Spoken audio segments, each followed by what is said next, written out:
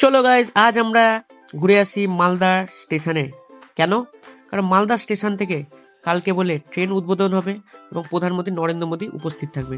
মালদা স্টেশনটা বলে এয়ারপোর্টে পরিণত হয়েছে। গিয়ে দেখলাম সত্যিই তাই, এয়ারপোর্টে পরিণত হয়েছে। কি সুন্দর লাগছে! এটা স্টেশন মনে হচ্ছে না, একদম এয়ারপোর্টই মনে হচ্ছে। দেখতেই পাচ্ছ পরিবেশ পরিস্থিতি দুর্দান্ত লাগছে। তোমাদের কেমন লাগছে অবশ্যই কমেন্ট বক্সে জানিও। কিন্তু ভিডিও শুরুর আগে তোমরা যদি চ্যানেলে নতুন হয়ে থাকো এবং চ্যানেলটা কোনো সাবস্ক্রাইব না করে থাকো তাহলে কি করছো?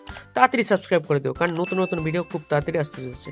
এবং যে ট্রেনটা উদ্বোধন হবে, যে দেখতেই পাচ্ছ বন্দে ভারতের স্লিপার ক্লাস প্রথম ওয়েস্ট বেঙ্গলে এখানে মানে মালদা টাউন থেকে মানে লঞ্চ হতে চলেছে।